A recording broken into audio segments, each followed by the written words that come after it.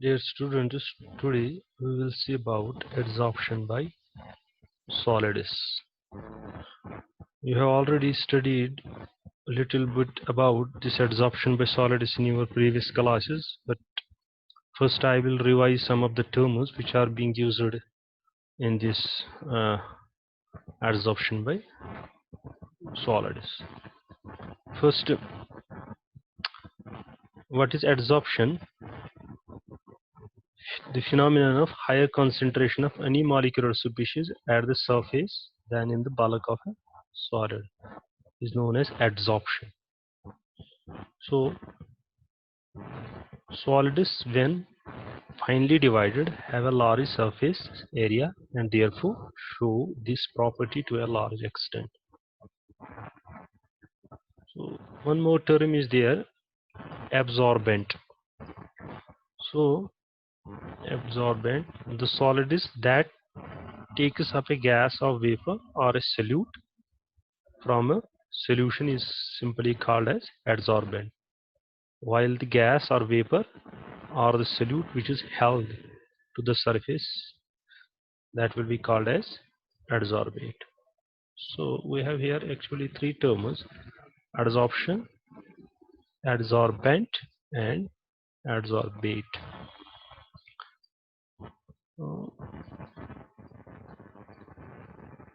you will go through these definitions, how adsorption is basically, suppose, distinguished from absorption. These are basically, and you also know when absorption as well as adsorption takes place, that is called as sorption. Please go through these terms. You have already studied these, so I will just revise some of the very important few terms here. Suppose we also have two types of adsorptions basically. One is called chemisorption, other is called physisorption. So chemisorption, where simply chemical interactions between the surface atoms of absorbent and the atoms of the absorbate take place. So for example, oxygen is chemisorbed by carbon and hydrogen in chemisorbed by nickel under the hydrogen is chemisorbed by nickel under the suitable conditions. So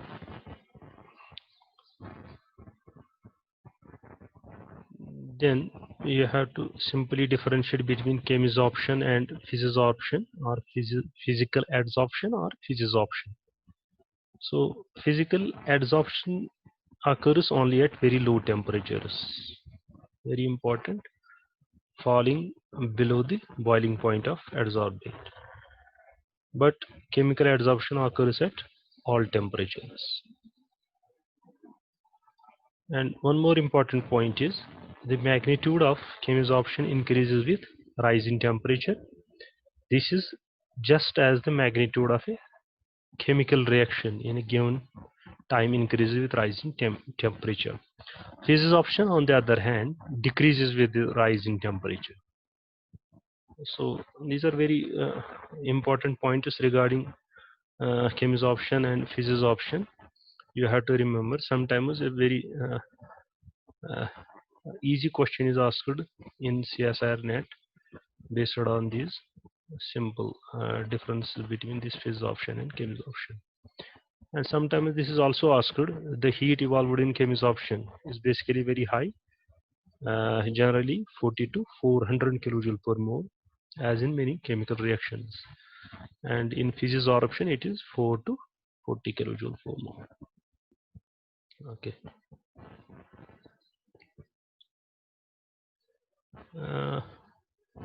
Chemisorption is irreversible, as the gas absorbed cannot be recovered from the adsorbent as such on lowering the pressure of the system at the same temperature.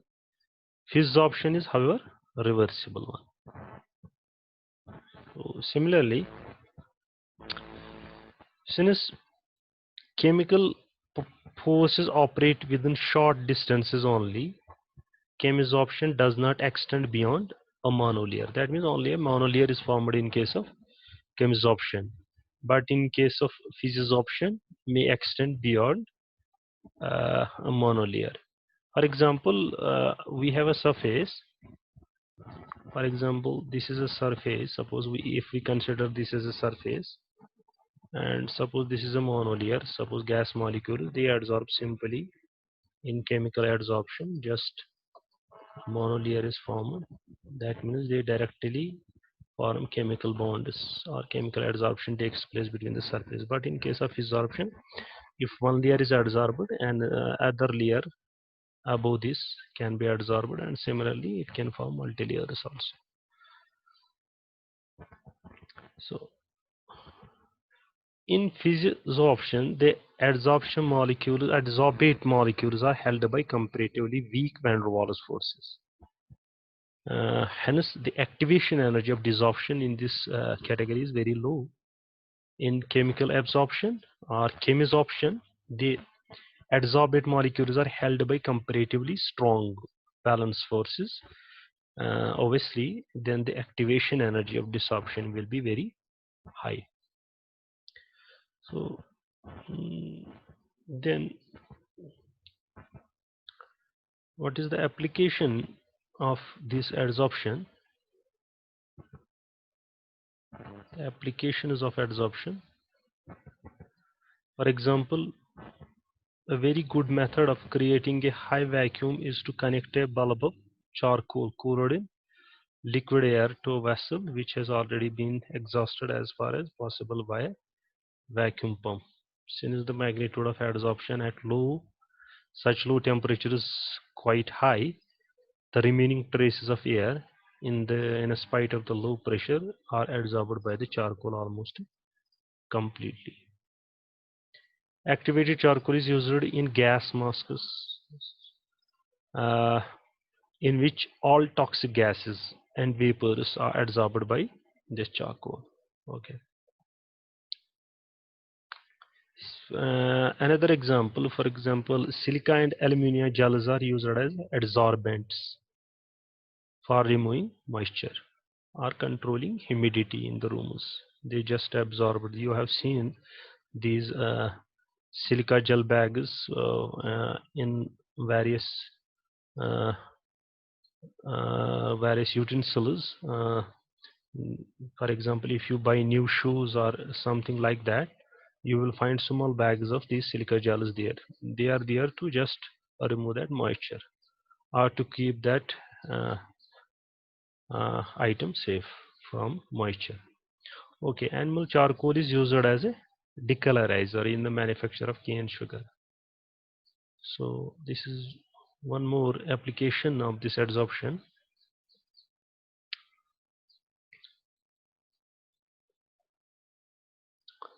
Soil contains small amounts of colloidal fractions in the form of very fine particles of clay. It can therefore always adsorb and retain certain amount of moisture in which nutrients such as compounds of nitrogen, phosphorus, potassium can dissolve and pass up to the plant through the roots. Uh, Adsorption also plays an important role in heterogeneous catalysis.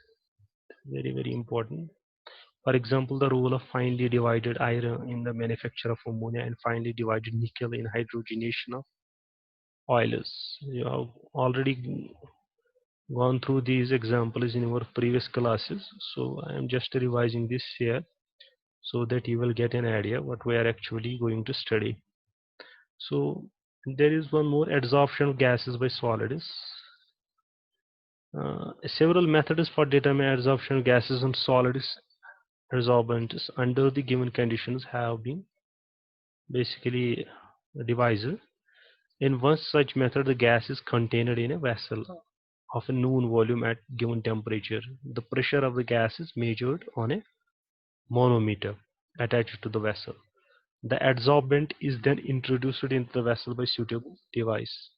Adsorption takes place fairly quickly and the pressure of the gas follows. This is noted on the manometer. Knowing the fall of the pressure, the quantity of the gas absorbed by the solid can be simply calculated, assuming Boyle's law to hold. PV is equal to constant. It is necessary to apply correction due to volume of the adsorbent added. And a very simple question is asked sometimes. Based on this, you can go through this example as well. How to solve this type of question? You will see this charcoal is weighing this much containers, and this vessel at 27 degrees centigrade and pressure falls from 700 to 400, and you have to calculate the volume of gas reduced at standard temperature and pressure. So you will just see initial pressure, final, and uh, yeah, final pressure of the gas is how much. Then you have to do some assumptions here, and you will find the answer of this question. So very simple. Here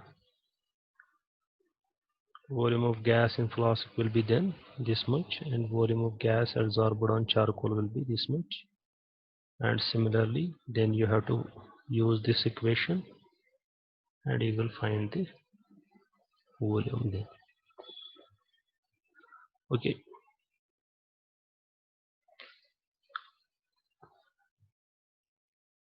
The direct weighing of the sample on a microbalance during the experiment can also lead to the determination of extent of adsorption.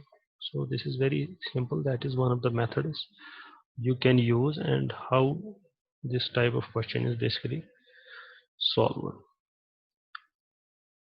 And then there are various terms uh, related to this. For example, adsorption is invariably accompanied by increase in enthalpy of the system. That is, delta A, change in enthalpy of the process, is invariably negative. Further, since the adsorbate changes from more random gaseous or molecules to the less random state, for example, gases were in the were moving here and there, and they finally adsorb on the surface. So obviously their randomness will decrease. That means uh, this change in entropy, they will just decrease the entropy of the system. That is TDS. Now it is temperature in Kelvin scale, and change in entropy of the process will also be negative. So very important for adsorption. This is also negative. Delta H is also negative. Adsorption is thus accompanied by decrease in enthalpy as well as decrease in entropy of the system. So we know for a process to be spontaneous, delta G should be negative. So this is also negative. This is negative. So for a spontaneous process, the free energy change given by the expression is given by, it should also be, delta G should be negative. But here delta H as well as delta S, they are both negative. That means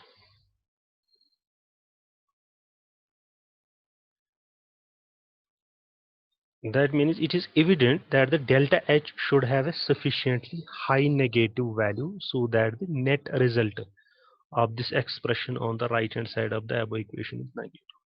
It only when it has a high value, this delta H has a very high value, negative value, so that delta H comes out to be negative. So that is delta H minus T delta H should be the negative. So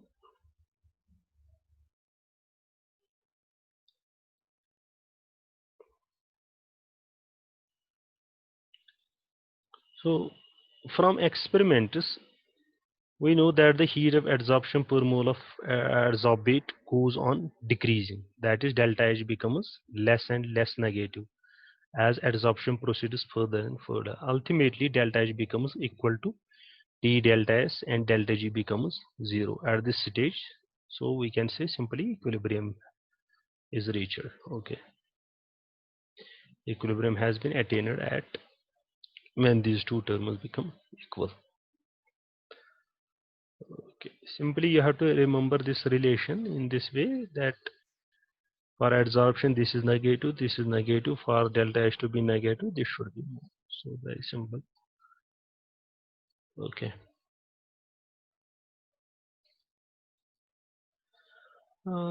What is the significance of this? Basically, when delta H is negative, that means the process adsorption is always accompanied by evolution of heat. That means it is exothermic process. It is always an exothermic process. The amount of heat evolved when one mole of a gas or a vapor is adsorbed on a gas is known as, when we are talking about one mole, then will be called molar enthalpy of adsorption. Very important point here. What is molar enthalpy of adsorption? It is of the same order as the molar heat of condensation of the gas, but is always greater than the heat of condensation. Now we will see which factors basically affect this adsorption.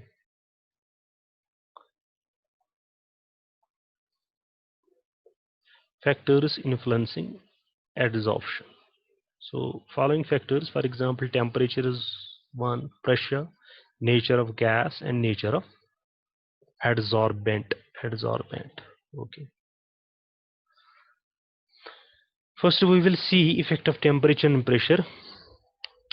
Since adsorption is invariably accompanied by the evolution of heat, therefore, in accordance with Le Chatelier's principle, the magnitude of adsorption should increase with falling temperature. Obviously, this actually happens. Further, since adsorption of a gas leads to decrease of pressure, the magnitude of adsorption increases with increase in pressure. Thus, decrease of temperature, very important point, decrease of temperature and increase of pressure both tend to cause increase in the magnitude of adsorption of a gas on a solid. So this is basically the effect of temperature and pressure. Now we have one more case here, that is the Freundlich adsorption isotherm. Isotherm, that means it will be at constant temperature. What happens to this? What happens to the adsorption?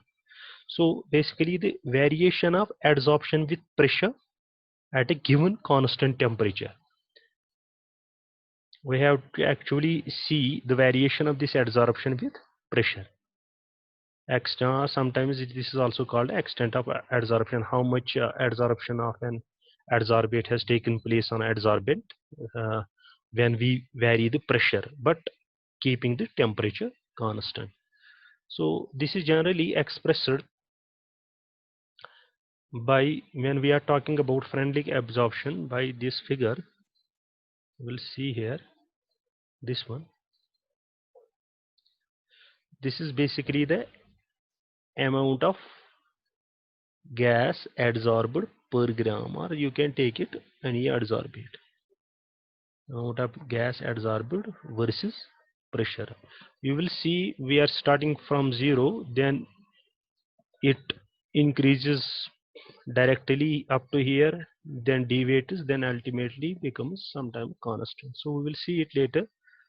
What does actually this curve mean? So basically this is the type of curve which we get on the extent of adsorption when we plot extent of adsorption versus pressure. So going back to this, it is main equation. This curve, this type of curve, what we got here, like this one, extent of adsorption versus pressure, this is simply called as adsorption isotherm, because it is at the adsorption takes place at constant temperature. Okay, the relationship between magnitude of adsorption and pressure can be expressed mathematically by an empirical equation that is simply known as Freundlich adsorption isotherm. That means A is equal to K P raised power n.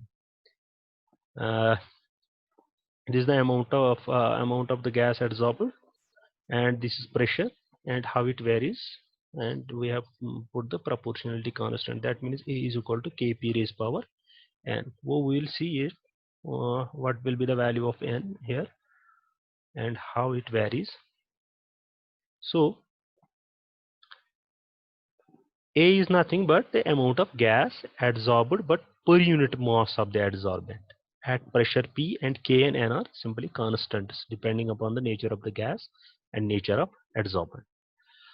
The value of N is less than 1 and therefore A does not increase as rapidly as P. It is always less than 1. So as is evident from the adsorption isotherms, from these adsorption, this is also adsorption, this is at 0 degrees temperature, this is at minus 29 degrees centigrade, this is minus 78 degrees centigrade. So these are different adsorption isotherms but at different temperature. That means at we have kept, suppose if we have kept this temperature as constant, then varied this pressure against the how much the amount of gas has been adsorbed on the surface. So we will see this way. Okay, so nature of gas and the nature of adsorbent. So it has been found that the more readily soluble and easily liquefiable gases such as ammonia, hydrochloric acid, chlorine and sulfur dioxide are adsorbed more than the so-called permanent gases such as hydrogen, nitrogen and oxygen. The reason is that van der Waals are intermolecular forces which are involved in the adsorption are more predominant in the former category than in the later category of gases. Okay.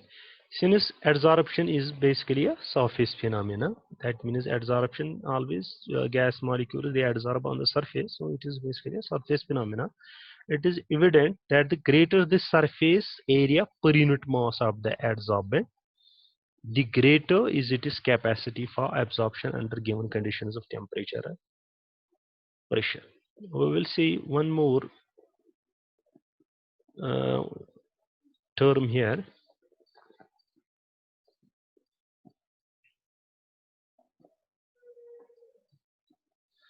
that is called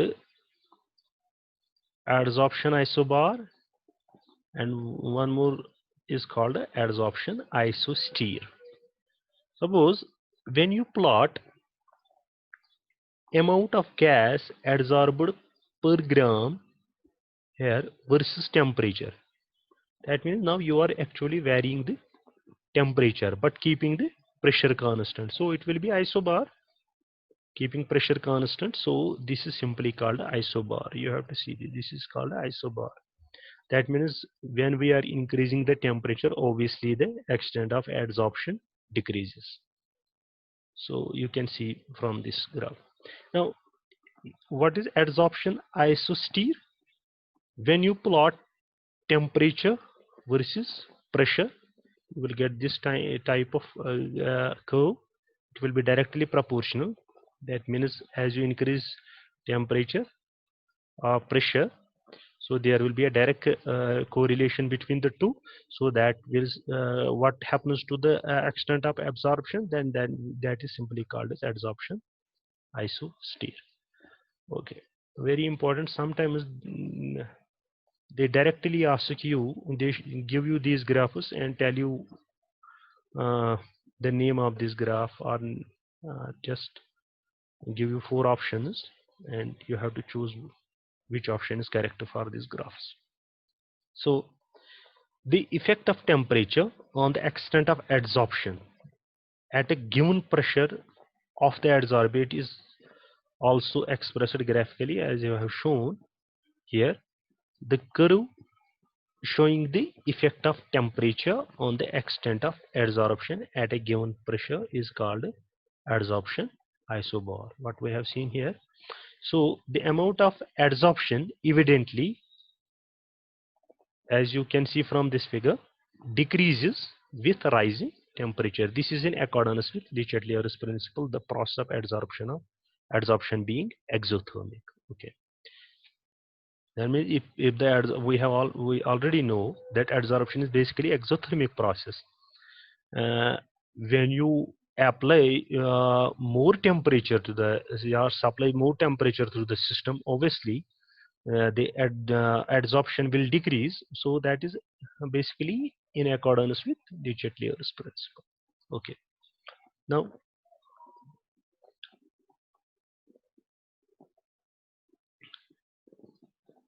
since rise of temperature tends to lower the extent of adsorption, it is evident that in order to get the same amount of adsorption at a higher temperature, we shall have to raise the pressure of the system. Now, if we are increasing the temperature, that means, and we want to get the same type of adsorption, then we have to increase the pressure of the system. Hence, we can see a direct correlation, straight line relation between temperature and pressure is generally obtained at this type of curve. This type of curve is obtained. The curve showing the variation of pressure with temperature for a given amount of absorption is simply called as isosteer. Very important. So it just shows that if we are increasing the temperature, obviously the adsorption will decrease. But if we want to maintain the adsorption at the same rate, then we have to increase the pressure. And if we plot the temperature versus pressure plot, then we will get a direct correlation between the two. Then that graph will be simply called as adsorption isosteer. Okay. Now,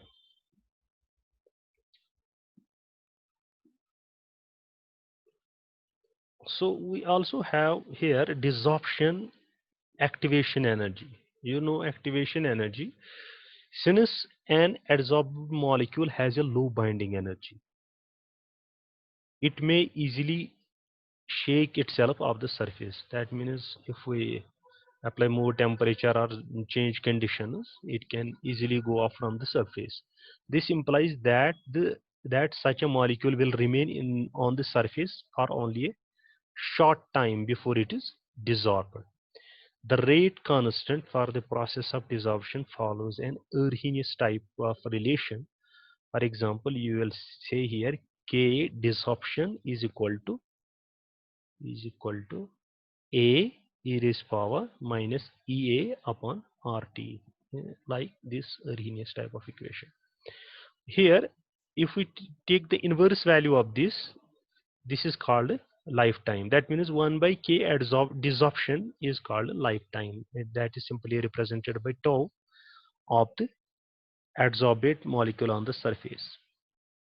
So you can uh, rearrange this form and you can write it in terms of lifetime. That means tau will be equal to tau naught e raised power EA upon RT, because if you take the inverse of this relation, here tau naught is simply 1 by A. This is known as, we also know that it is known as pre-exponential factor, and EA is the desorption activation energy of adsorbate. Okay.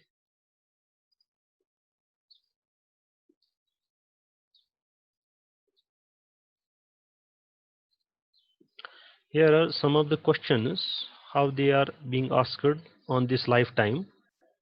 So calculate how long a hydrogen atom will remain on the surface of the solid at suppose 25 degrees centigrade. If it is desorption activation energy is this much, first you have been given 15 kilojoule per mole, then 150 kilojoule, and you have to assume tau naught equal to 10 raised power minus 13 seconds. So we will simply put these values into this equation. Tau is equal to tau naught e raised power EAD upon RT, and we will get this lifetime value, and then we can simply find the activate. If first we have been given here activation energy,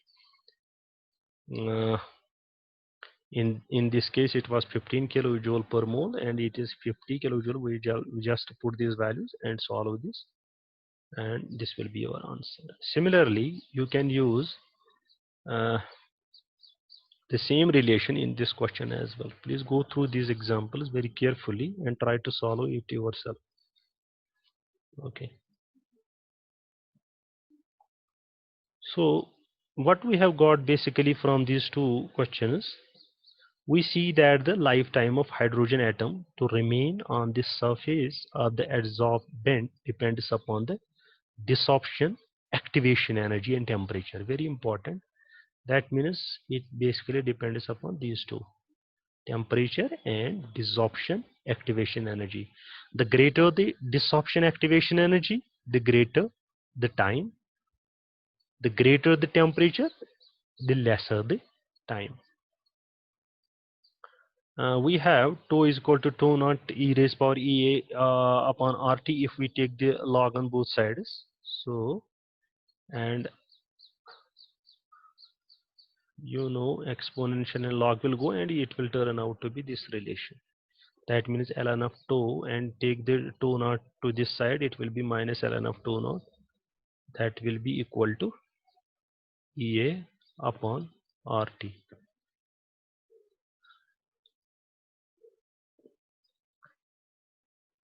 This is here equality sign. This will be equal to this much, ln of T naught plus A upon RT. So if you are taking two temperatures, so T1 and T2, you can transform this like this one.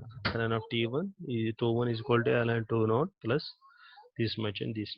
When you subtract these two relations, you will get this much. This final relation.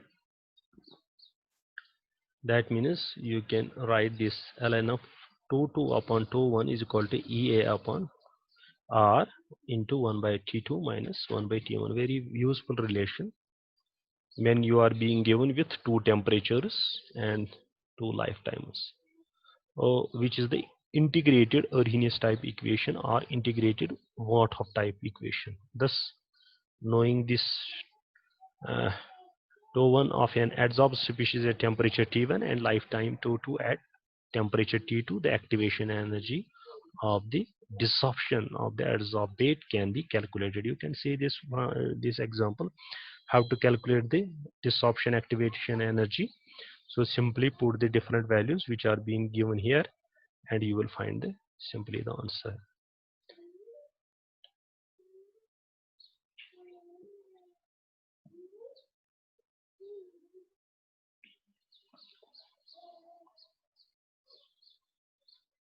So you have this relation.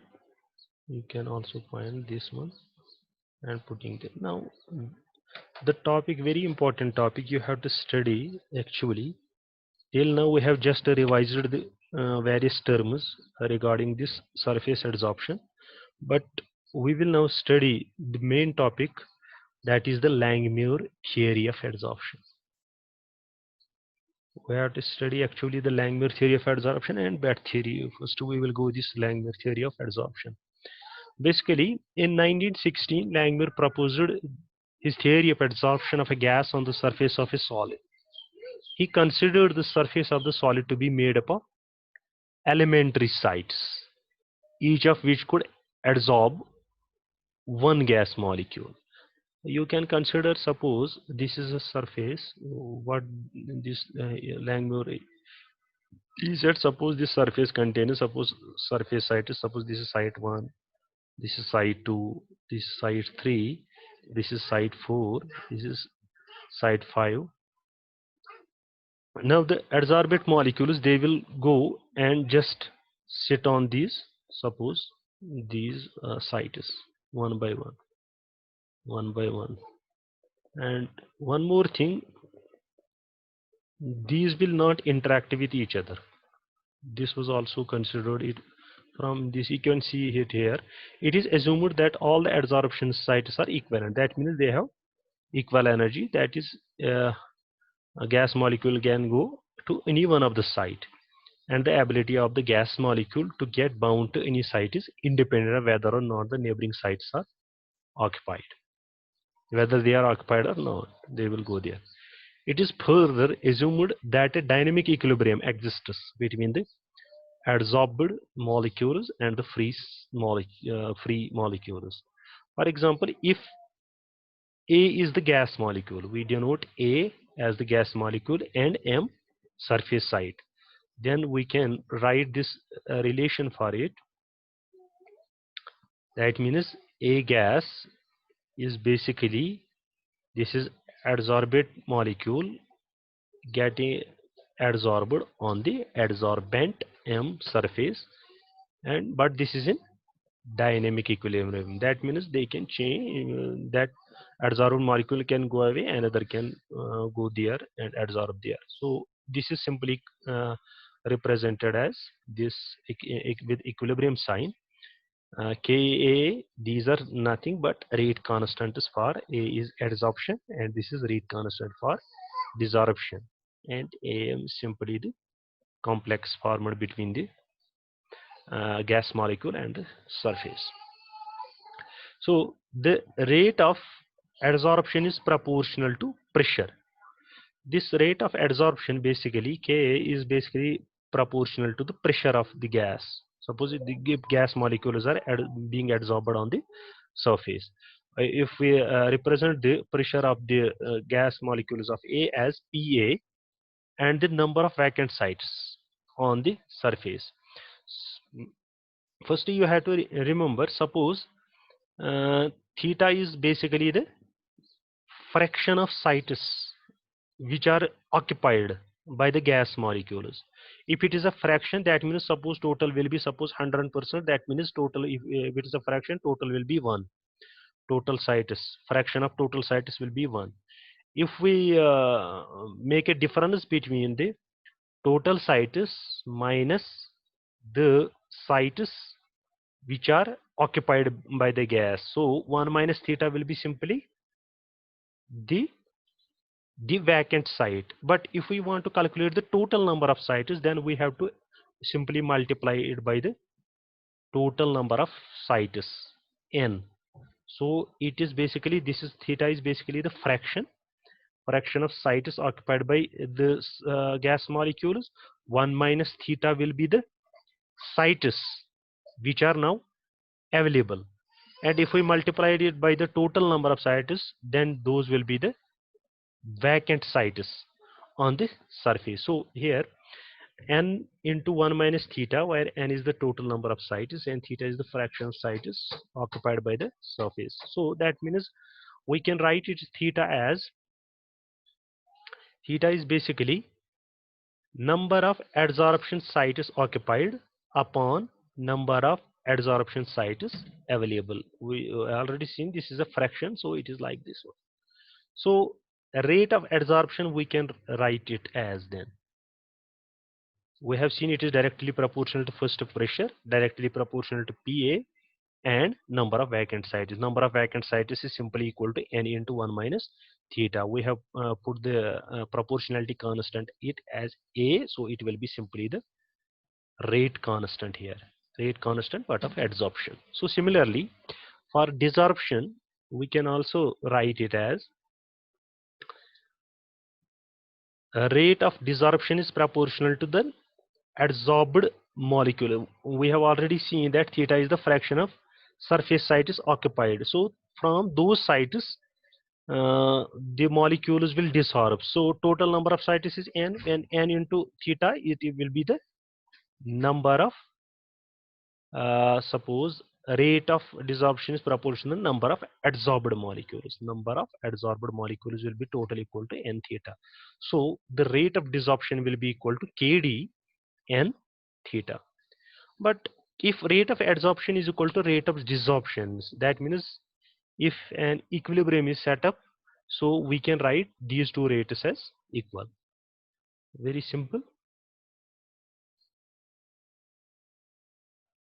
And that means we can write it as Ka Pa n into 1 minus theta will be equal to Kd n theta, where these the terms have their meanings. You can find it here. So we can simply rearrange these. We can write, or you can take Kd and divide it to Ka. Rate of adsorption upon rate of desorption will be simply equal to this equilibrium constant here. So here it is also given K is equal to basically Ka upon Kd. So you can write it Pa into 1 minus theta will be equal to theta. Okay.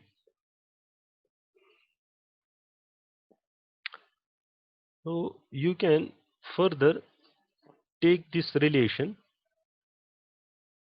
and transform it into like this. That means simply you will write first 1 minus theta divided by theta and take this term to this side, and it will be 1 upon k pa. K is nothing but k upon kd, and give theta back to 1 as well as to theta. It will be 1 by theta minus 1.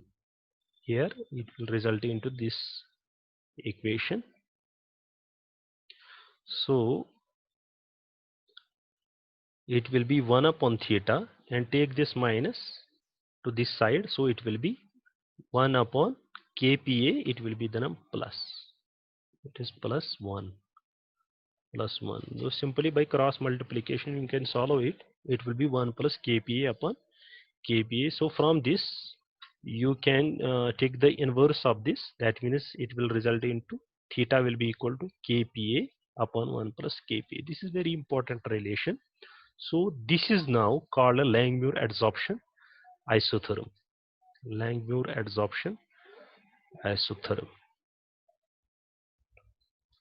That means theta will be equal to kPa 1 plus kPa. What is theta? Theta we have already defined here. Theta is the fraction of surface sites occupied by the gas molecules. So the fraction of sites occupied by the gas molecules is basically equal to the equilibrium constant and directly proportional to the pressure of the gas upon 1 plus kPa. Very important. So further we can do the analysis of this equation using different experimental setups. So we have to remember in deriving this relation, the following assumptions are involved. First assumption is the absorbed gas molecules behave ideally in the vapor phase. They behave ideally in the vapor phase. That means there is no interaction between the molecules. They are spherical and all that. What you know from the ideal gases. Only a monolayer is formed. That means no multilayer is formed in this case. Only one layer is formed by the adsorbed gas. That means one vacant site and only one adsorbed molecule there. Okay, the surface of the solid is homogeneous. That means it is homogeneous so that each binding site has the same affinity for the gas molecules. We have already seen they are all degenerate. Suppose here there is no lateral interaction. That means there is no interaction. Suppose if we consider this as the vacant site, this as the vacant site, and this is the gas molecule getting adsorbed, and there is no interaction. That means between the lateral interaction between the adsorbed molecules. And fifth point, the adsorbed gas molecules are localized. That means they will remain where they are. Okay, that is they do not move around the surface. This cannot move here and this cannot move. These were the assumptions while deriving this. Very important. Okay, so the first assumption holds at basically low pressure. What is the first assumption? The adsorbed gas molecules behave ideally in the vapor phase. So this assumption holds at low pressure. The second assumption breaks down when the pressure of the gas is increasing. So only monolayer is formed. We have considered in the Langmuir adsorption, but when we increase the pressure, multilayers may be formed there. So the second assumption breaks down when the pressure of the gas is increased. The third assumption is not strictly true because the real surfaces are quite heterogeneous. So that is not same smooth or sometimes. So all sites cannot have the same structure. So that means those are surfaces are not heterogeneous as has been considered in case of Langmuir adsorption. So that the affinity of the gas molecule is different at different sites. There are also crystal imperfections and cracks which lead to the creation of different sites on the surface. The fourth and the fifth assumptions, two are not strictly valid. Okay, if we take the real example, but we have considered an ideal case where this Langmuir type of adsorption occurs. So we will consider here first low pressure. That means if you consider the Langmuir adsorption isotherm again, this equation, when pressure is low, that means this quantity will be very less. Pressure is low, this quantity very less as compared to 1. So this can be neglected. So it will remain as theta is equal to kPa. So we will go back to the here. Okay. So what we have done here, at low pressures kPa will be less than 1, so that we will get theta is equal to kPa. That is basically the fraction of surface covered is directly proportional to the partial pressure of the gas molecules. This behavior corresponds to the first order reaction. That means theta is directly proportional to Pa, directly proportional first order, and is depicted by the initial step rise in the isotherm. So we will see it here from the figure. Suppose what we are talking about. Suppose this is the extent of adsorption A versus pressure. When we increase the pressure, this is the first initial step. Here it is first order. When pressure is very low, it is directly proportional. That means up to this much, suppose you can consider it is directly proportional. So it actually follows first order reaction here. First order reaction. Now at high pressures, again we will go to the kPa will be greater than 1. So here you will find it again. When this is very high in comparison to 1, this can be neglected. When we neglected this, and it will be equal to kPa upon kPa. So that means this and this will go. It will be simply equal to 1. That means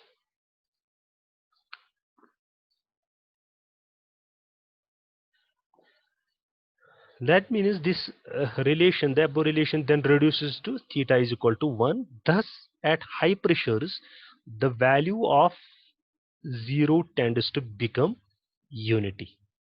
Not 0, it is theta, sorry. Theta tends to become unity. That is, the entire surface gets covered by the monolayer. When theta is equal to 1, that means the whole surface has been covered by a monolayer of the gas, thereby making the reaction rate independent of the pressure. Now, if the surface is now totally saturated, that means all sites have been occupied. Now, if we increase the pressure, obviously there will be no increase in the rate. Then that means it will then follow the zero order reaction. The reaction will be then zero order. You can see it from here. Here this is the fraction up to from this to this one, this to this, yeah, this to this, it will be theta is equal to kp upon 1 plus kp. That means the Langmuir adsorption isotherm.